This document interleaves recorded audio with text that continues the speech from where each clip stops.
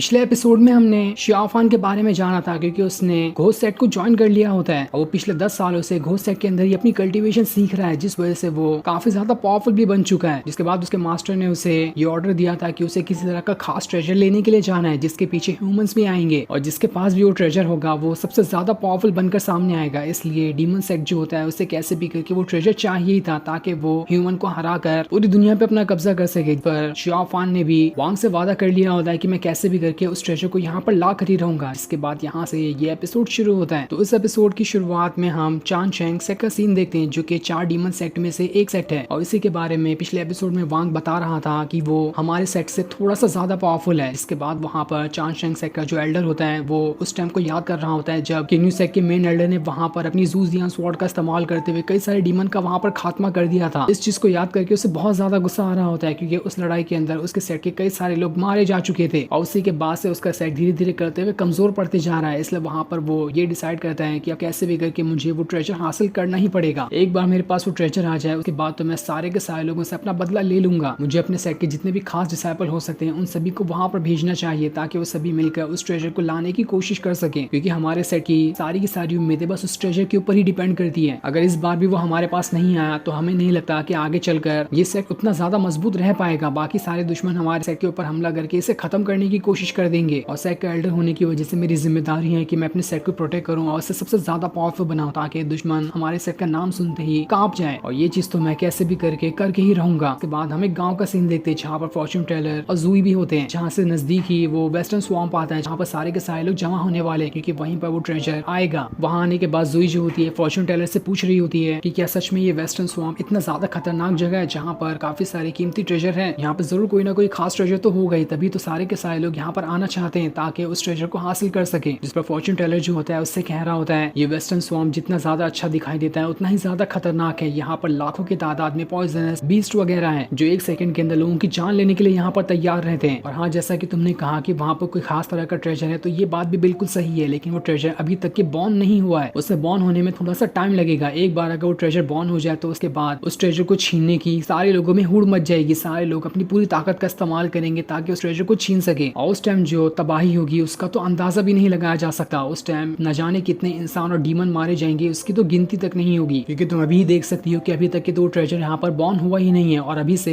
Human और demon कितना ज्यादा आपस में फाइट कर रहे हैं ताकि सबसे पहले उस ट्रेजर को हासिल कर सके। इसलिए उस ट्रेजर को हासिल करना इतना आसान काम नहीं होगा, जो सबसे ज्यादा पावरफुल होगा वही उस ट्रेजर को हासिल कर पाएगा। तो वहीं हम कुछ ह्यूमन और डीमन के बीच हो रही फाइट को देखते हैं जहाँ पर डीमन थोड़े ज्यादा पावरफुल दिखाई दे रहे थे, लेकिन तब वहाँ पर उनके अटैक को खत्म करने के लिए जूकी आ जाती है जो अपने फॉर्मेशन की पावर का इस्तेमाल करते हुए कई सारे डीमन को वहाँ पर मार गिराती है और उसके फॉर्मेशन के सामने तो कोई भी नहीं टिक पा रहा था। जिसके बाद अब देखते ही देखते वहाँ पर त्यानिन टेम्पल के मॉन्क और फैंशियान वैली के जो भी लोग होते हैं वो सारे वहाँ पर आकर जमा हो चुके हैं। ये देखकर तो सारे के सारे डीमन वहाँ पर घबरा जाते हैं और उन्हें समझ आ चुका था कि वो इतने सारे लोगों से एक साथ यहाँ पर फाइट नहीं कर सकते, इसलिए वो वहाँ से भागने का ही डिसाइड करते हैं। जिसके बाद सारे के सारे डीमन ने डर के मारे वहाँ से भागना शुरू कर दिया था और अब यहाँ पर तीनों की तीनों सेट आपस में आकर मिल गए होते हैं जो सभी यहाँ से डीमन का मुकाबला करते हुए उस ट्रेजर को हासिल करने के लिए जाएंगे, जिसमें किन्यू सेट फैंशियान वैली के लोग और त्यानिंग टेम्पल के मॉन्क वगैरह होते हैं। जहाँ आने के बाद सारे लोग एक दूसरे को ग्रीट कर रहे होते हैं क्योंकि आगे से सभी को एक टीम की तरह इस मिशन को पूरा करना होगा, क्योंकि अगर वो सभी अलग हो जाएंगे तो डीमंस तो वैसे ही यहाँ पर उनका खात्मा कर सकते हैं। इसलिए सारे लोग यहाँ पर ये डिसाइड करते हैं कि चलो अब टाइम आ चुका है डीमन को उनकी औकात दिखाते हुए उस ट्रेजर को हासिल करने का। उन्हें भी तो समझ में आना चाहिए कि हम यहाँ पर आखिर क्या करके दिखा सकते हैं। उसके बाद सारे के सारे लोगों ने उसी तरफ बढ़ना शुरू कर दिया था जहाँ पर उन्हें शक होता है कि वहाँ पर वो ट्रेजर बॉर्न होने वाला है। उसी तरफ हम उस वाइल्ड डॉग को देखते हैं जो आगे बढ़ते हुए काफी ज्यादा परेशान दिखाई दे रहा था। उसे तो समझ ही नहीं आ रहा होता है कि अब वो आगे जाए तो जाए कहाँ। उसका सेट भी उससे छूट गया था और उसने शियाफान के साथ ना रहने का डिसाइड किया होता है ताकि वो अकेले ही अपना नया सफर शुरू कर सके। तब उसे आगे बढ़ते हुए गांव के अंदर फॉर्च्यून टेलर और जूई दिखाई देते हैं जो वहाँ पर सभी को उनका भविष्य बता रहे होते हैं क्योंकि फॉर्च्यून टेलर का तो काम ही यही है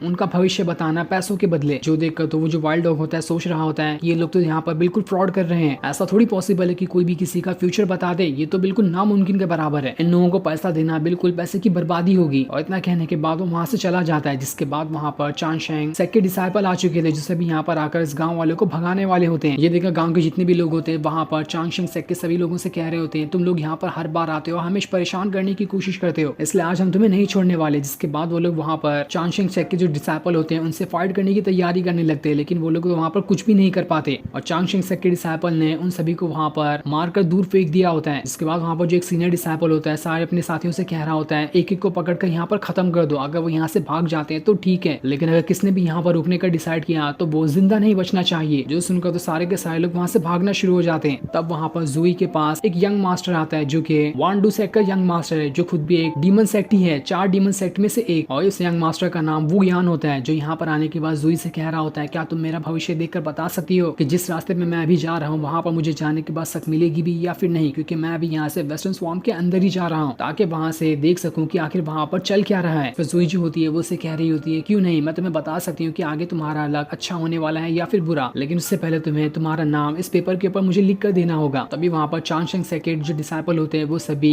वू यान से कह रहे होते हैं तुम्हें सुनाई नहीं देता कि हम लोग यहाँ पर सभी को भगा रहे हैं, इसलिए यहाँ से भाग निकलो वरना तुम्हारे लिए अच्छा नहीं होगा। लेकिन तब जो वू यान होता है इतने स्टाइल के साथ उस पेन को घुमाते हुए पेपर पे अपना नाम लिख रहा होता है कि उस पेन के अंदर से निकल रहे ऑरा की वजह से सारे के सारे चांगशेंग सेक्ट के डिसाइपल वहाँ से दूर जाकर गिरने लग गए थे। कोई भी वू यान के सामने खड़ा तक नहीं हो पाता और जैसे वो सभी वहाँ से दूर आकर गिरते हैं उनके अंदर से पॉइजन बाहर निकलने लग गया था, जिस चीज से किसी को समझ ही नहीं आता कि आखिर यहाँ पर इस वू यान ने उनके साथ कर क्या दिया। वो तो पॉइजन का शिकार हो चुके हैं जिस वजह से कुछ ही टाइम के अंदर इनकी यहाँ पर जान चली जाएगी, इसलिए वो सारे के सारे लोग डर के मारे वहाँ से भाग निकलते हैं। उसके बाद जोई जो होती है वू यान का नाम देकर भविष्यवाणी करने की कोशिश करने लगती है ताकि बता सके कि जिस रास्ते पे अभी वू यान जा रहा है उसे वहाँ पर सक्सेस मिलेगी भी या फिर नहीं, और काफी देर तक है। उसके बाद जो भी इक्विपमेंट होते हैं उसका इस्तेमाल करते हुए वो भविष्यवाणी कर रही होती है, जिसके बाद वो वू यान से कहती है मुझे यहाँ पर तुम्हारा लक अच्छा दिखाई दे रहा है, हो सकता है जहाँ पर तुम जा रहे हो वहाँ पर तुम्हें सक्सेस मिलने के ज्यादा चांस है। ये सुनकर वू यान जो होता है वहाँ पर जोई का शुक्रिया करने लगता है उसे इतनी अच्छी ऑफर देने के लिए। साथ ही उससे वो ये भी कहता है कि मेरे साथ मेरा एक दोस्त भी आया है, उसे भी अपना भविष्य दिखवाना है, तो क्या तुम उसका भी भविष्य देख के बता सकती हो कि उसे भी आगे चलकर सक्सेस मिलने वाली है या फिर नहीं। लेकिन इस बात का ख्याल रखना कि जो मेरा दोस्त है वो थोड़ा अजीब किस्म का इंसान है। जिसके बाद वू यान जो होता है फॉर्चून टेलर को पैसे दे देता है, जितना उसे कहे थे वू यान वहाँ पर उस फॉर्चून टेलर को उससे ज्यादा ही पैसे दे देता है। और अब वहाँ पर जब वू यान का दोस्त आ रहा होता है उसके आने से पहले पूरा का पूरा मौसम ही वहाँ पर बदल जाता है, बिल्कुल काले बादल छा चुके थे और वहाँ पर तूफान आने लगता है, क्योंकि यहाँ पर कोई और नहीं बल्कि शियाफान ही आ रहा है, जिसके आने की वजह से यहाँ पर तूफान आ चुका है। तब वहाँ पर शियाफान आता है जो वहाँ पर रखे पेपर के ऊपर अपना नाम लिखना शुरू कर देता है और उसने यहाँ पर अपना नाम शियाफान के बजाय घोस्ट ली लिखा होता है, क्योंकि जब से उसने घोस्ट सेट को ज्वाइन किया है उसने अपना नाम शियाफान से हटाकर घोस्ट ली रख लिया है। और जब जोई उसे पढ़ती है तो वो एकदम ज्यादा हैरान रह जाती है कि तो यही वही घोस्ट ली है जिसके नाम सुनकर ही सारे लोग डर जाते हैं, तो आखिर इससे क्या जरूरत पड़ गई मेरे सामने आकर मुझसे अपना फ्यूचर के बारे में जानने की, ये तो इतना ज्यादा पावरफुल है कि खुद ही से अपना फ्यूचर लिख सकता है। लेकिन अभी वो यहाँ पर वो नहीं पहचानी होती है कि ये शियाफान ही है जिससे वो बचपन में देखा करती थी, लेकिन शियाफान ने उसे पहचान लिया होता है कि वे उसी फॉर्चून टेलर के साथ रहने वाली छोटी लड़की है। तब वू यान जो होता है जोई से कह रहा होता है तुम इस बार यहाँ पर गलत हो, शियाफान भले से पावरफुल है लेकिन वो खुद से अपना फ्यूचर नहीं लिख सकता, उसके पास अभी डिमोनिक पावर बहुत ज्यादा है। लेकिन हर एक इंसान पैदा होते साथ ही डीमन तो नहीं होता, उसके पीछे भी काफी बड़ी कहानी होती है। उसके बाद वू यान और शियाफान दोनों आमने सामने आकर खड़े हो जाते हैं, क्योंकि दोनों डीमन सेट के अलग अलग यंग मास्टर होने की वजह से एक दूसरे के दोस्त हैं, लेकिन इनकी दोस्ती उतनी भी ज्यादा गहरी नहीं कि वो हर खतरे में एक दूसरे का साथ दें। ये देखकर जो फॉर्चून टेलर होता है वो डर के मारे वहां से भाग रहा होता है, क्योंकि यहाँ पर शियाफान और वू यान ने दोनों ने अपनी पावर को एक्टिवेट करना शुरू कर दिया था और अगर यहाँ पर ये दोनों लड़ेंगे तो पूरी की पूरा गाँव यहाँ पर बर्बाद हो जाएगा। लेकिन वो दोनों वहाँ पर फाइट नहीं करते, अपनी अपनी पावर को वापस से अंदर डाल लेते हैं, क्योंकि यहाँ पर ये दोनों फाइट करने के लिए तो नहीं आए। साथ ही वहाँ से थोड़ी दूर बैठकर जूई की जो बड़ी बहन होती है ये सारी चीजें देख रही होती है। इसके बाद वू यान जो होता है शियाफान से कह रहा होता है हम दोनों काफी टाइम बाद मिले, मैंने तो कब से तुम्हारा सिर्फ नाम ही सुना था, आज काफी टाइम बाद मैंने तुम्हें देख भी लिया, मुझे तो लगता है तुम भी यहाँ पर उसी रेयर ट्रेजर के लिए आए हो और जहाँ पर तुम आ जाओ और तुम्हें वो ट्रेजर ना मिले ऐसा तो पॉसिबल ही नहीं है। मुझे तो लगता है कि तुमने पहले से उस ट्रेजर को हासिल कर लिया होगा, इसलिए अब मेरा वहाँ जाना तो बिल्कुल बेकार ही होगा। लेकिन तब शियाफान जो होता है वो भी वू यान से कह रहा होता है तुम्हारे पास तो भी पॉइजन की पावर है ना, जब तुम्हारे पास इतनी खतरनाक पावर हो और तुम मेरे से वैसे भी सीनियर, तो आखिर जो चीज तुम्हें चाहिए होगी उसे लेने की आखिर कौन ही हिम्मत कर सकता है। लेकिन अब वू यान जो होता है शियाफान से कह रहा होता है अरे अरे तुम तो गलत समझ रहे हो, मैं यहाँ पर उस ट्रेजर को लेने के लिए नहीं आया, तुम ही उस ट्रेजर को ले लो, क्योंकि मैंने वैसे भी दूसरों की चीजों में टांग अड़ाना कम कर दिया है। और इतना कहने के बाद वो वहां से चला जाता है, जिसके जाने के बाद शियाफान जो होता है जोई से कह रहा होता है तुम पहले से काफी ज्यादा बड़ी हो चुकी हो लेकिन अभी तक के वैसे ही दिखाई देती हो। इतना कहने के बाद वो वहां से चला जाता है, लेकिन अभी तक की जोई उसे नहीं पहचान पा रही होती है कि असल में ये वही शियाफान है जो कि उसके बचपन में एकदम कमजोर और एकदम मासूम किस्म का इंसान था, लेकिन अब वो यहाँ पर तो बहुत ही ज्यादा खतरनाक दिखाई देने लग गया है। इसके बाद वहाँ पर वाइल्ड डॉग आ जाता है जो जोई से कह रहा होता है मैंने देखा यहाँ पर तुम लोगों को उनका भविष्य बता रही हो, इसलिए मेरा भी ट्राई करो, मैं भी तो देखूं तुम यहाँ पर कितना अच्छा लोगों को भविष्य बता पाती हो। लेकिन तब वहाँ पर शियाफान का बंदर आ जाता है जो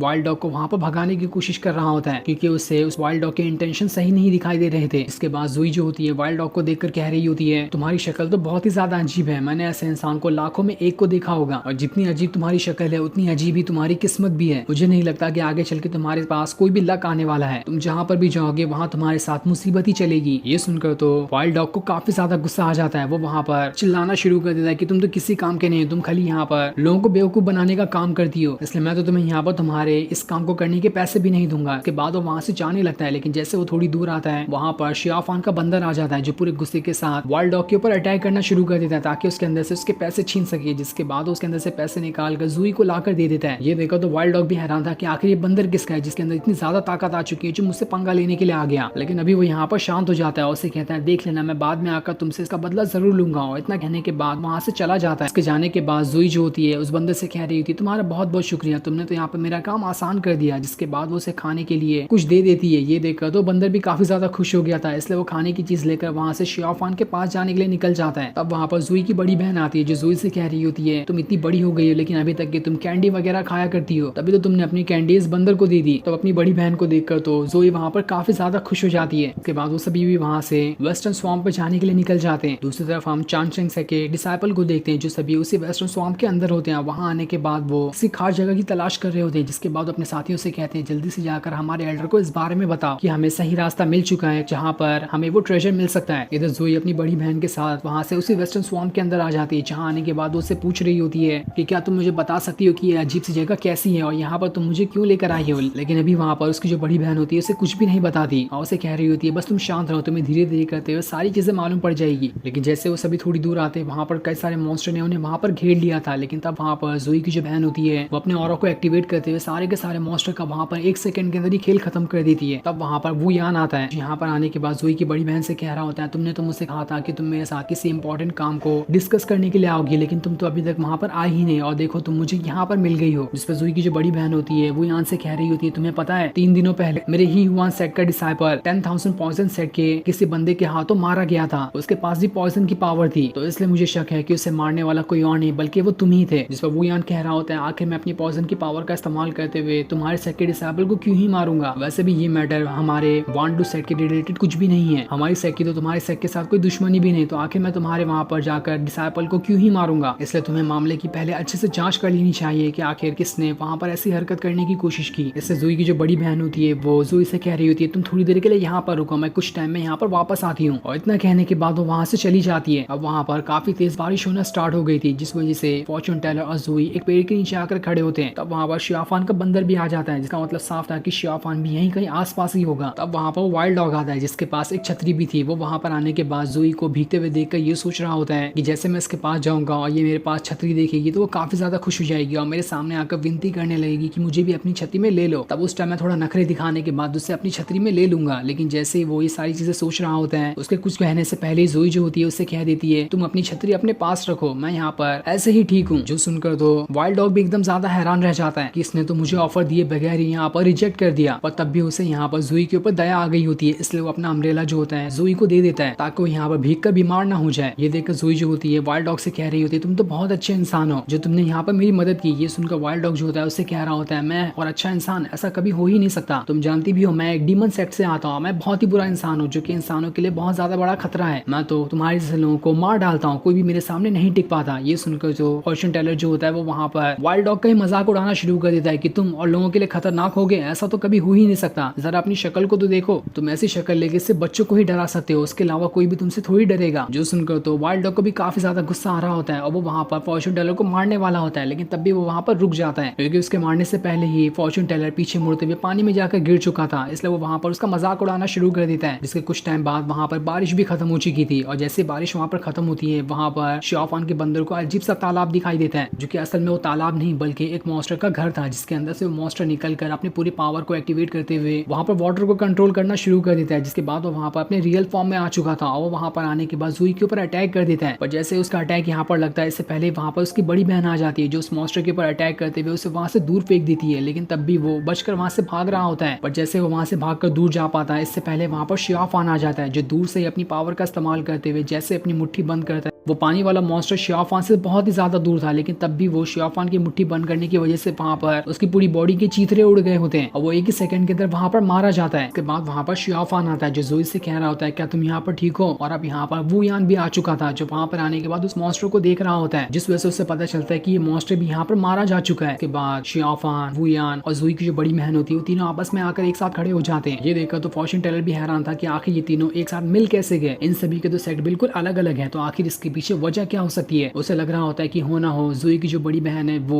वुयान को पसंद करती होगी, इसलिए तो वो उसके साथ थी। लेकिन जैसे वो कुछ आगे सोच पाता, वुयान की बड़ी बहन का गुस्से वाला चेहरा देखकर वो वहां से भाग निकलता है और उस मॉन्स्टर के पास आकर कह रहा होता है ये मॉन्स्टर तो बहुत ज्यादा खतरनाक है, मैंने इसके बारे में सुना था कि ये हजारों किलोमीटर दूर माउंटेन में रहता है, लेकिन आखिर यहाँ पर कैसे आ गया, इसका यहाँ आना तो बहुत ज्यादा खतरे वाली बात है। उसके बाद वुयान जो होता है जोई की बड़ी बहन से कह रहा होता है तुम्हें क्या लगता है कि आखिर ये मॉन्स्टर यहाँ पर क्यों आया था, लेकिन वो वहां पर उसको कुछ भी जवाब नहीं देती। जिसके बाद शियाफान और बाकी सभी वहां से आगे बढ़ना शुरू कर देते हैं क्योंकि अभी उनका यहाँ पर काम तो शुरू ही नहीं हुआ है, उन्हें यहाँ पर ह्यूमन के साथ फाइट करते हुए उस ट्रेजर को भी हासिल करना है। जिसके जाने के बाद जोई की बड़ी बहन जो होती है उसे कह रही होती है अगर तुम्हें कभी भी दोबारा से शियाफान या फिर बाकी कोई भी ऐसा दिखाई दे जिसके पास काफी ज्यादा पावर हो तो उसे थोड़ा दूर ही रहना, क्योंकि वो सभी तुम्हारे लिए काफी ज्यादा बड़ा खतरा भी हो सकते हैं। इसके बाद वहां पर तूफान से आने लगता है। ये देखकर वो जो फॉर्चून टेलर होता है वो सभी से कह रहा होता है लगता है तूफान से पहले वाली आंधी आ चुकी है और अब यहाँ पर जो तूफान आएगा वो इतना ज्यादा खतरनाक होगा कि जिसे लोगों ने आज तक के कभी भी विटनेस नहीं किया होगा। दूसरी तरफ हम चानशाइन सेके एल्डर को देखते हैं जिसके पास का साथी आता है जो वहां पर आने के बाद कह रहा होता है हमारे डिसाइपल ने सही रास्ते का पता लगा लिया है, जहाँ पर जाने के बाद हमें हो सकता है वो ट्रेजर मिल जाए, लेकिन वहां पर घोस्ट सेक, वांडू सेक और बाकी अलग अलग सेट के भी लोग आ चुके हैं जो सभी हमसे पहले वहां पर पहुंच चुके। तो अब हमें यहाँ पर क्या करना चाहिए, क्या हमें भी वहां पर अपने और साथियों को भेजना चाहिए। लेकिन जितने भी लोग वहां पर गए हैं उन्होंने अपने सेट के किसी भी डिसाइबल को नहीं लाया, लेकिन बस वहां पर अपने अपने सेट के सबसे खास इंसान को लेकर आए हैं। जैसे कि घोस्ट सेक ने वहां पर सिर्फ शियाफान को ही भेजा है और वांडू सेक ने वहां पर सिर्फ वुयान को भेजा है। तो हमें क्या करना चाहिए, क्या हमें अपने यहाँ पर किसी खास इंसान को भेजना चाहिए या फिर सिपाहियों को भेजना चाहिए। लेकिन अभी जो वहाँ एल्डर होता है वो अभी कुछ भी जवाब नहीं देता और फिर ये सीन दिखाते ही ये एपिसोड यहीं पर एंड हो जाता है। Thanks for watching.